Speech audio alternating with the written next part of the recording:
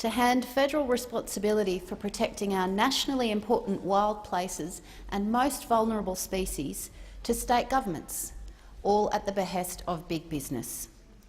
For people who may not know, the federal government, spurred on by the Business Council of Australia and by state governments, and backed to the hilt by Tony Abbott's opposition, is planning to hastily hand over nearly all national environment powers to the states by using sections of our national environmental laws that John Howard wrote, but even he never used. The handover includes the abandonment of national powers on World Heritage areas, as well as threatened species, to those states, those very same states that have comprehensively failed to protect those species. Now, the next stage of the negotiation of the handover is the COAG meeting in Canberra on December the 7th, and of course the Business Advisory Forum the day before on the 6th.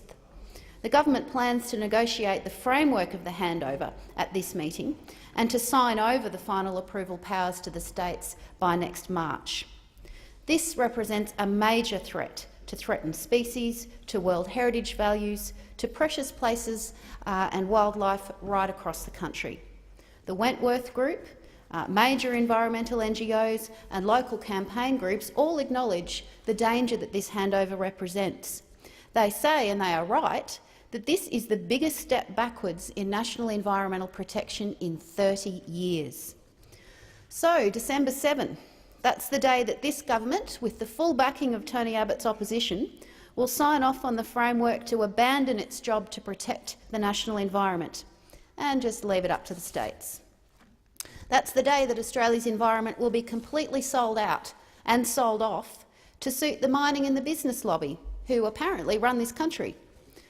The decision to hand over environment powers to the states was a snap judgment made after a day's meeting between the ALP government and the Business Council of Australia, the day before the COAG meeting in April earlier this year. Now, there was no equivalent community meeting, of course, and all the Business Council of Australia had to do was claim that our environment was too regulated and that development was being held up. Now, the government didn't do any independent assessment of those claims. They just accepted them, and they agreed to gut environmental protections and to get completely out of the way and just leave the states in charge. Comments from Minister Ferguson last week to ABC again confirmed that these changes to our environmental protections are simply being made to suit the mining and gas industries. He spoke as if environmental protection is a luxury that we can no longer afford because of the fall in commodity prices. Well, I have no doubt that they are his genuine views, but they show that Labor is happy to turn its back on its previously held belief that the environment is of national importance, deserving national protection. Sadly, today's Labor Party is happy to trash the legacy of former Prime Minister Bob Hawke, who stepped in to stop the rapacious Tasmanian state government who were going to dam the Franklin River and who fought that all the way to the High Court. Now, that step increased the powers of the Commonwealth like no other event since Federation. This same Labor government is now, with the stroke of a pen, after one day of lobbying by the BCA, winding back that role and taking environmental protection back by 30 years.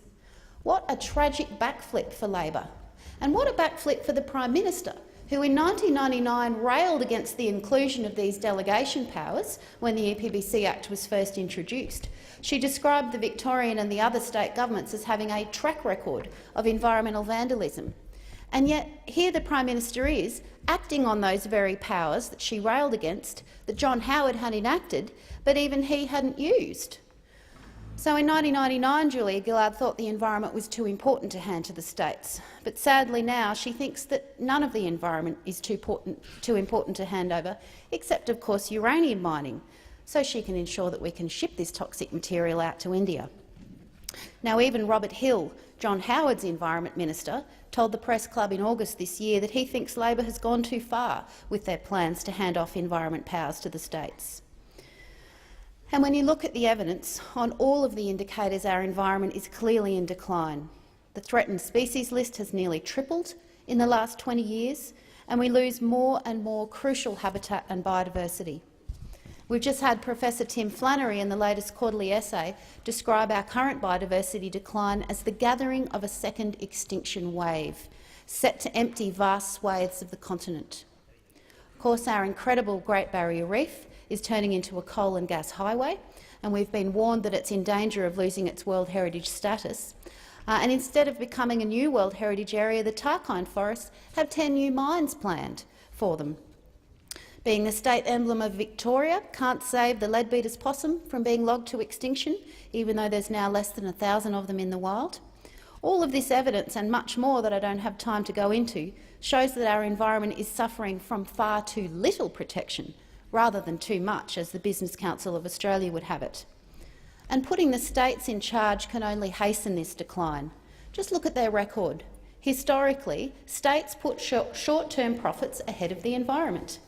And because the state governments are far more likely to be fixated on short-term royalties and returns from mining and development, much of which are trumped up, I might add, there will always be that conflict of interest.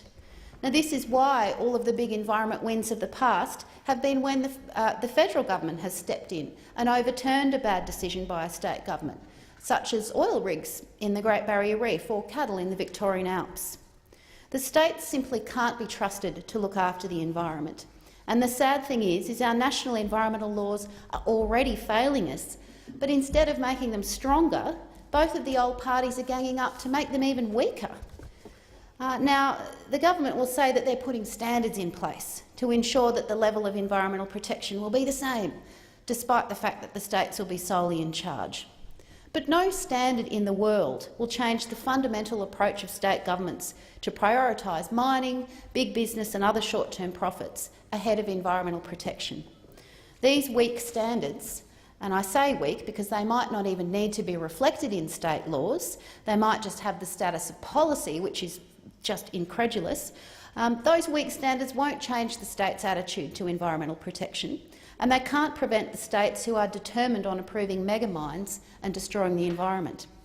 The states will simply find a way around these standards, or they'll deliberately flout them, as we've seen recently in Queensland, when the Campbell-Newman government simply refused to comply with the assessment standards for the Alpha coal mine in Queensland. The reason we have a federal government is to govern in the interests of all Australians on the issues that matter to all Australians. Now, Australians everywhere care about the reef. They care about the Tarkine, they care about the Kimberley, they care about our iconic koala.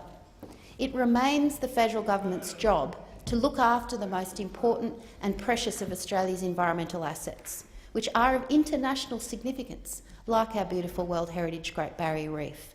No standard will be able to replace the protection that is meant to be provided by the federal government for our precious places and wildlife. The ALP and the Coalition will not believe that these places and wildlife are precious to all Australians. They will not step up to protect our environment from big business and other industries. They will not hesitate to sacrifice these precious places for short-term profit. Sadly, the ALP and the Coalition have abandoned voters who care about the environment. And with the recent revelation and the publication of the draft standards showing that all environment powers now, bar uranium mining, are eligible to be handed over to the states, there is now no difference between the ALP government and Tony Abbott's policy on the environment. Just like refugee policy, and we've seen that again today, just like same-sex marriage, just like reducing support for single parents, there is now no difference between Labor and Tony Abbott on the environment.